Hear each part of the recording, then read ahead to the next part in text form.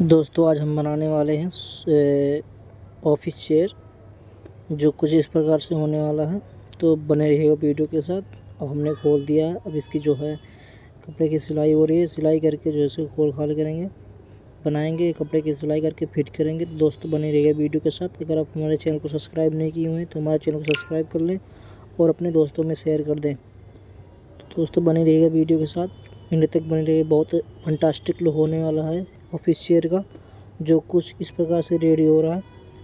या 3 इंच के लगा के या 1 इंची, जो भी कुछ अवेलेबल के हिसाब से, डिस्टेंस के हिसाब से। तो हमारा 1 इंची सही रहेगा, तो 1 इंची का हम जो फॉर्म लगाएंगे। तो दोस्तों बने रहेगा वीडियो के साथ। लाइक शेयर ज़रूर करें दोस्तों। तो एंड तक बने रहिएगा। चलो चलते हैं, स्टार्ट करते हैं।